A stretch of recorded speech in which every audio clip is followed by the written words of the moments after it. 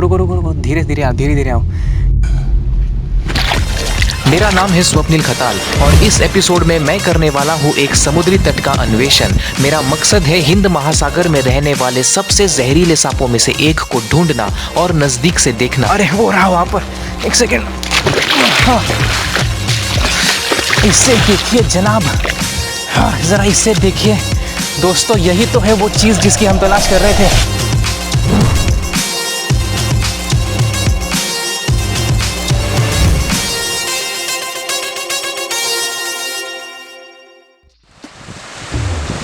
हमारी धरती का लगभग 75% हिस्सा समुद्र से ढका है और इस अखंड महासागर में रहते हैं करोड़ों प्रकार के जीव। उन्हीं में से एक है सांप।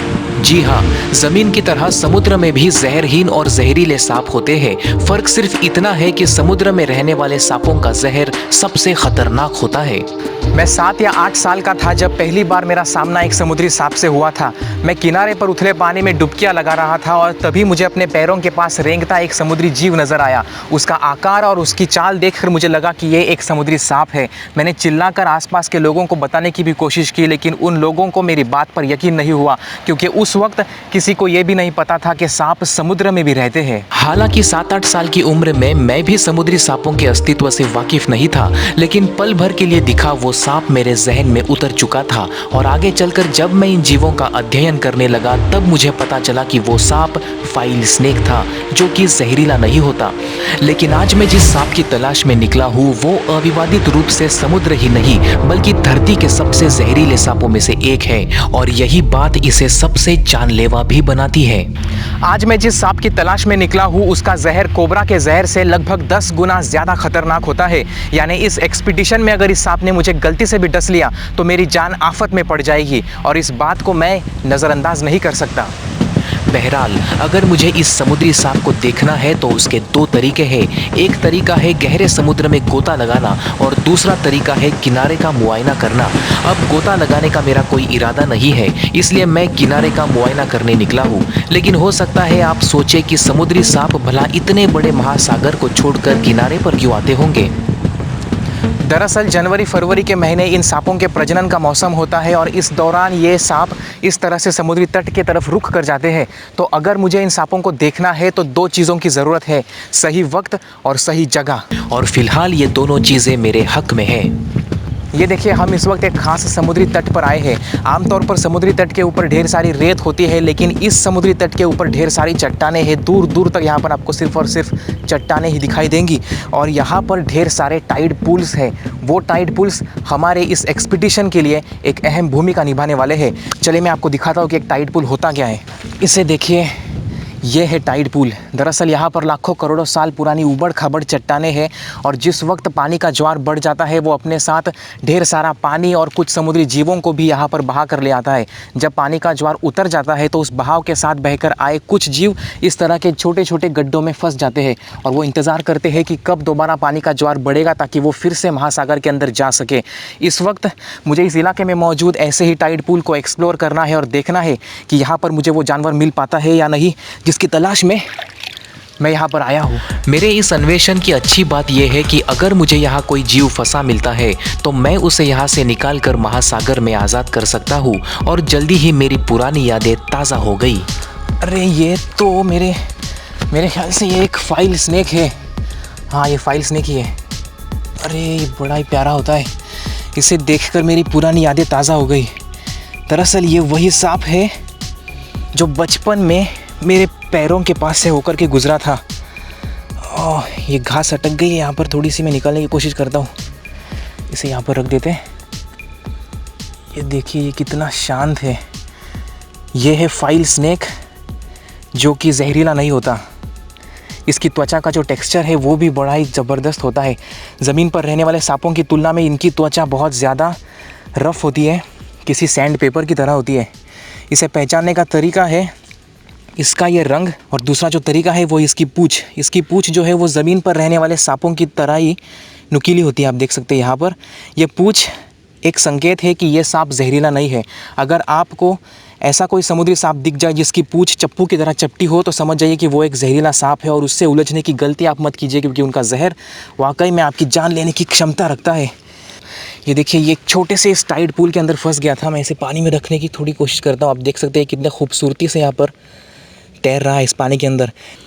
वैसे ज़मीन पर रहने वाले सांपों की तरह इस सांप को भी सांस लेने के लिए सतह के ऊपर आना पड़ता है और अपने एक लंबे बड़े फेफड़े के अंदर ये ज़ोरदार सांस भर लेता है। उसके बाद अपनी सांस को रोककर समुद्र की गहराई में गोता लगा देता है ताकि वहाँ पर घूम रही, वहाँ पर तैर रही छोटी छोटी मछलियों का शिकार कर सके। इसके पास भी ज़मीन पर रेंगने वाले सांपों की तरह दो मुहा ज़ुबान होती है जिसे ये बाहर निकालता है और पानी के अंदर मौजूद मछलियों के छोटे छोटे छोड़े हुए पार्टिकल्स को सूंघता है। इसके मुंह के अंदर जबड़े में ऊपर की तरफ जैकबसन ऑर्गन्स होते हैं जिनमें वो दो मुहा ज़ुबान वो अंदर की तरफ लेकर जाता है, जिसकी वजह से इसे पता चलता है कि सामने शिकार है या शिकारी।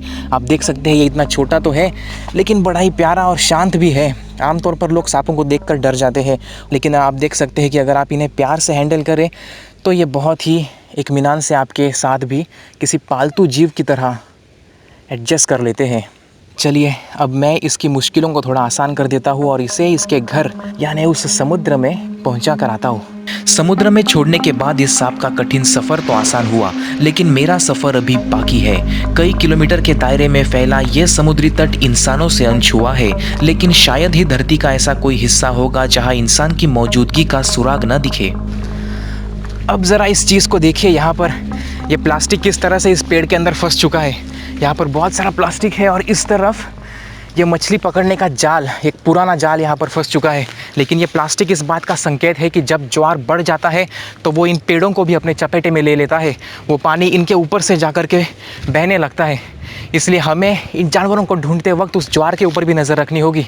कहीं उन सभी समुद्री जीवों को इन टाइड पूल्स से निकालते निकालते हम ही कहीं इस पानी के ज्वार में फंस ना जाएं। और अगर ऐसा हुआ तो मैं गहरी मुसीबत में पड़ जाऊंगा। लेकिन यहाँ सिर्फ ज्वार ही एकमात्र मुसीबत नहीं है। संभाल के, ठीक हो? सदियों से पानी के चपेटे में आने के कारण ये पत्थर फिसलन भरे और ब्लेड की तरह तेज बन चुके हैं, इसलिए इन पर चलना बड़ी मशक्कत का काम है। लेकिन जब कोई समुद्री जीव दिखता है तो सब सार्थक लगता है।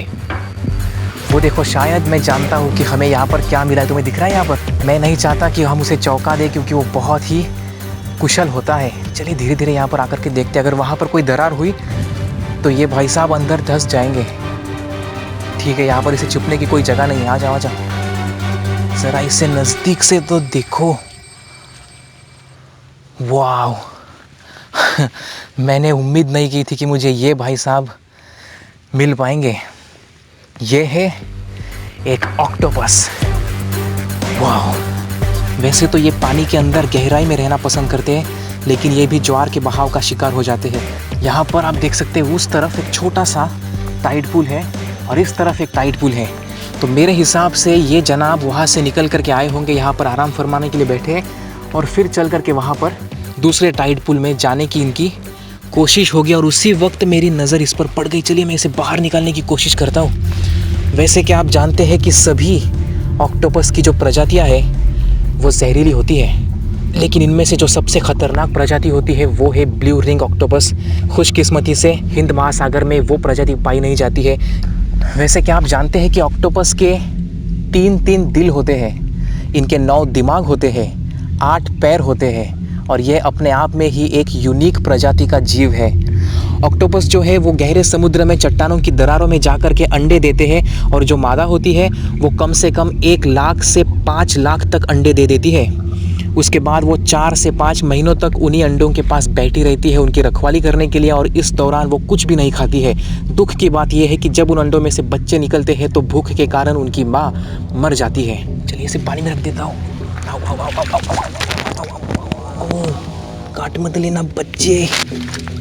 ऑक्टोपस की एक और ख़ास बात यह है कि कई बार ये अपनी ही भुजाओं को खा जाते हैं। यहाँ पर आप देख सकते हैं इसका जो ये छोटा सा पैर है, इसका थोड़ा सा हिस्सा गायब है। दुर्भाग्यवश अपने ही पैर खाने की वजह से यह ऑक्टोपस अपनी आखिरी सांसें गिन रहा है। बहरहाल यही कुदरत है और मैं हकीकत बदल नहीं सकता।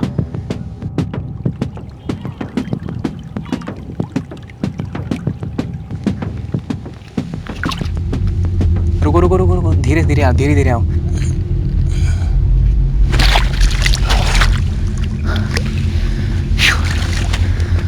भाग गया है तो। एक केकड़ा था लेकिन इसे मेरी भनक लग गई। अरे ज़रा इसे देखिए तो, मुझे यहाँ पर क्या मिला है। हाँ, ये देख रहे हैं आप, एक शंख है, बड़ा ही खूबसूरत है, कीचड़ से ढका हुआ है, लेकिन ये देखिए इसका आकार मैं आपको दिखाने की कोशिश करता हूँ।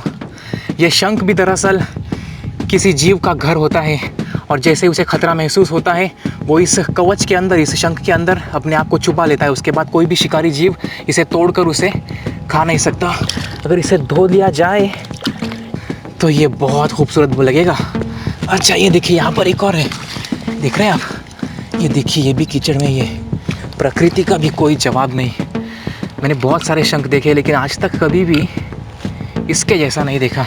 शंख और सीप पसंद करने वाले लोगों के लिए ये जगह यकीनन जन्नत है। बहरहाल इस दौरान मेरी नज़र पड़ी एक अजीबोगरीब जीव पर। कुछ जानवर तो इतने बेहतरीन छलावरण के उस्ताद होते हैं कि वो ऐसे माहौल में भी बड़ी अच्छे से छुप। अरे ये देखिए, इसे देखिए जनाब, ये क्या है, मैं यही तो कह रहा था, इतने ज़बरदस्त होते हैं छलावरण के उस्ताद। ये कितनी खूबसूरती से यहाँ पर छुपा हुआ है, और इसका जो रंग है वो इस माहौल के साथ मिलता जुलता है। खुशकिस्मती से ये थोड़ी सी रेत वाले माहौल में यहाँ पर बैठा है, इसलिए मेरी नज़र इस पर पड़ गई। और ये मुझे नहीं पता ये क्या है, सच कहता हूँ मुझे नहीं पता कि ये कौन सा जीव है, क्योंकि समुद्र में इतनी सारी प्रजातियों के जीव पाए जाते हैं कि उन सब का अध्ययन कर पाना और उन सब की पहचान कर पाना सच में मुश्किल है। लेकिन क्योंकि अमूमन कुदरत में जो है जितने भी जहरीले जीव होते हैं उनका रंग चटक रंग होता है, लेकिन ये वाला एक ही रंग का है और ये हल्का है। चलिए मैं इसे उठाने की कोशिश करता हूँ। इसका सिर यहाँ पर आप देख सकते हैं, दो छोटे छोटे पत्थरों के बीच में इसने अपना सिर डालकर रखा है, और इसकी आंखें भी सिर के आगे की तरफ है, इसलिए इसे दिख नहीं रहा है कि इस वक्त मैं इसे देख रहा हूँ। इसलिए मैं इसे हल्के से उठाने की कोशिश करता हूँ। चलिए देखते हैं ये कैसे रिएक्ट करता है। इसे देखिए, ओ इसने अब मुझे देख लिया है, लेकिन ये कुछ भी रिएक्ट नहीं कर रहा है। इसे देखिए यहाँ पर, ये बहुत ही खूबसूरत है, ये बहुत ही चिपचिपा है, फिसलन भरा है। दिक्कत यह है कि ये इतना छोटा है कि ये हल्के से पानी के बहाव के साथ भी किनारे की तरफ बहकर आ सकता है, और ये ज्वार जब बढ़ गया होगा तब ये उस पानी के बहाव के साथ बहकर आ गया होगा, और जब ज्वार उतर गया तो ये इन चट्टानों के सहारे ये फंस गया, अटक गया, और अब ये इंतज़ार करेगा फिर से पानी के ज्वार के आने का। चलिए इसे मैं फिर से पानी में रख देता हूँ, यहाँ पर रख के दिखाता हूँ। ये देखिए इसका जो रंग है ये यहाँ जमा हुई ये काई के साथ मिलता जुलता है, लेकिन इसकी किस्मत अच्छी है कि ये मेरी नज़र में आ गया, और अब मैं इसका ये जो कठिन सफ़र है इसे पार करने में मदद कर दूंगा।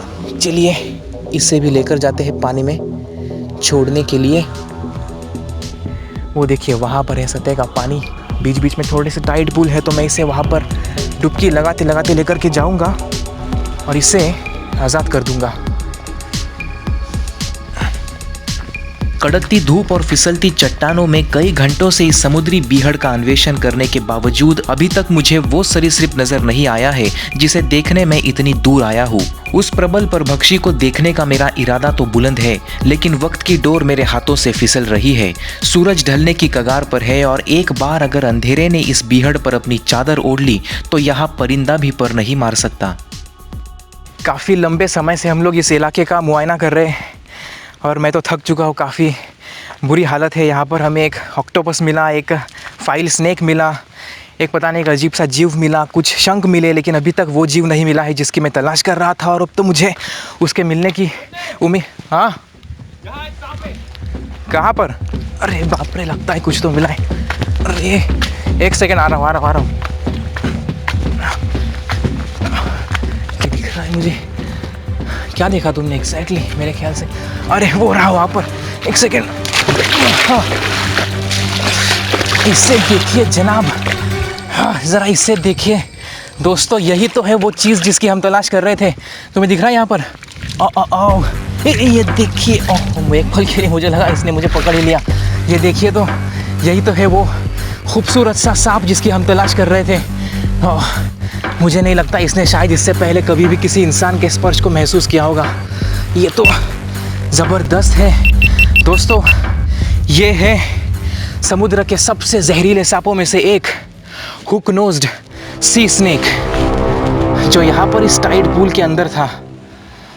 पता नहीं कब यहाँ पर ये आया होगा, लेकिन अब इसके लिए एक अच्छी खबर ये है कि हम इसे लेकर के जाने वाले हैं समुद्र के अंदर, लेकिन उससे पहले मैं इसे वहाँ पर लेकर के जाता हूँ ताकि आप इसे अच्छे से देख सकें, ठीक है।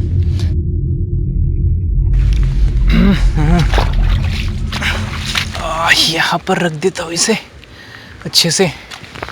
ये देखिए दोस्तों, यही है वो खूबसूरत सा सांप जिसकी हम तलाश कर रहे थे।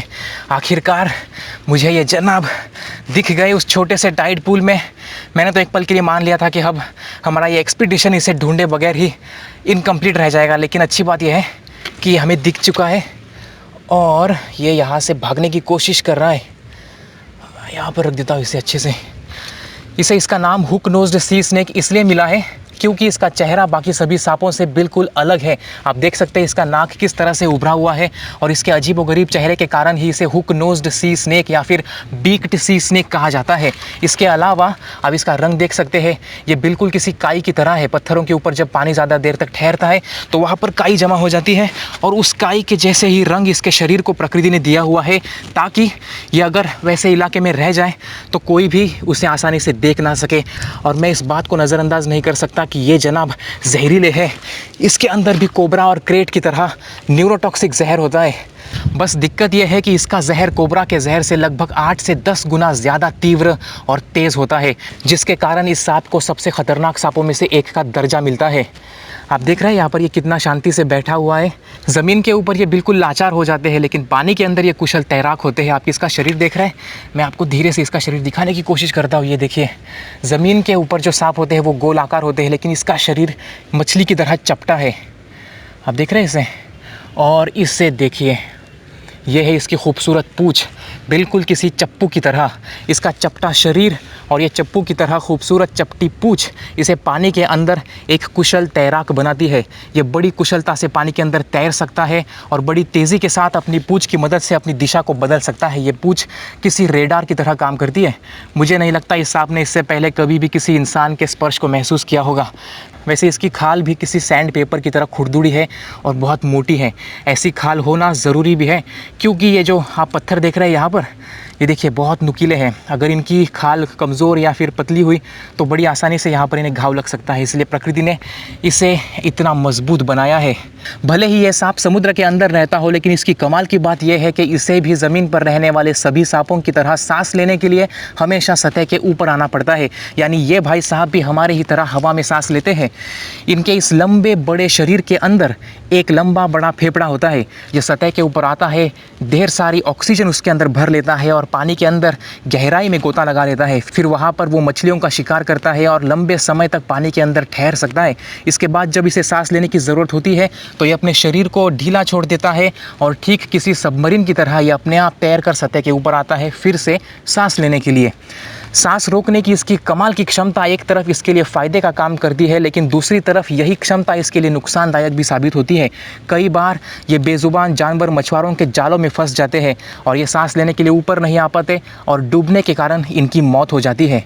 ये पानी के ज्वार का शिकार होकर ये सांप उस टाइड पूल में फंस गया होगा। वो अच्छा खासा बड़े आकार का टाइड पूल तो है, लेकिन इसके हिसाब से वो छोटा ही है क्योंकि इसका असली घर उस टाइड पूल के मुकाबले लाखों गुना बड़ा है, यानी कि वो अखंड महासागर जो यहाँ से कुछ किलोमीटर की दूरी पर है। अब इससे पहले कि अंधेरा हो जाए और ये और हम यहीं पर अटक करके रह जाएं, हम उसे दोबारा इसके घर में पहुंचाने का एक प्रयास करते हैं। उसके बाद फिर हमें भी तो अपने घर जाना है। तुम्हारी किस्मत अच्छी थी बच्चे, जो तुम हमारी नज़रों में आ गए। अब तुम्हारा ये कठिन सफ़र मैं थोड़ा आसान कर सकता हूँ। चलिए इस हुक नोज्ड सी स्नेक को इसके असली घर यानी महासागर में लेकर जाते हैं। उम्मीद करता हूँ कि ये मेरा शुक्रिया अदा करेगा। हाँ, कमाल की खोज हुई है।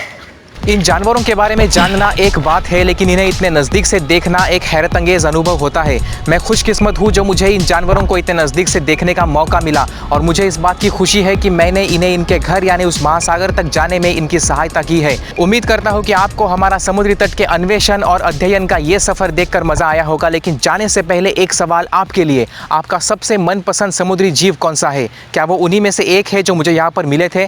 कमेंट बॉक्स में अपना जवाब लिखना मत भूलिए, क्योंकि हो सकता है अगले आने वाले एपिसोड में आपका सबसे मनपसंद समुद्री जीव हमारे अन्वेषण और अध्ययन का विषय बन जाए। खैर, अपना कीमती समय देकर ये एपिसोड देखने के लिए आपका बहुत बहुत शुक्रिया। मेरा नाम है स्वप्निल खताल और मैं आपसे अगली बार मिलूंगा। Till then, see you next time.